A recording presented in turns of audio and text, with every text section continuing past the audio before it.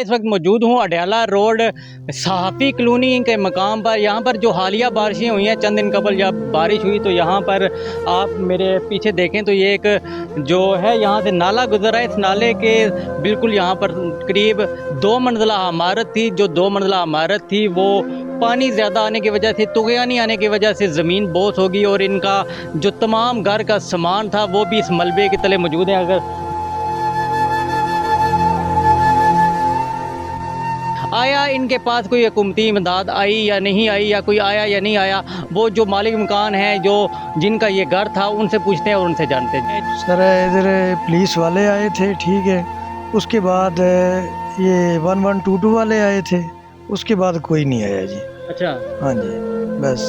तो ये कितना मरला घर था?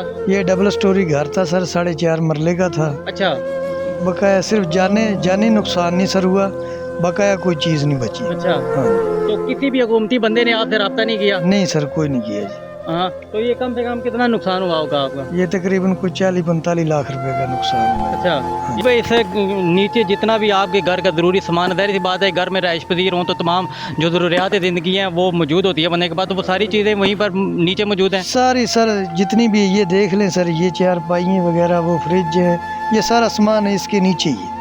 हाँ जी, छत के नीचे।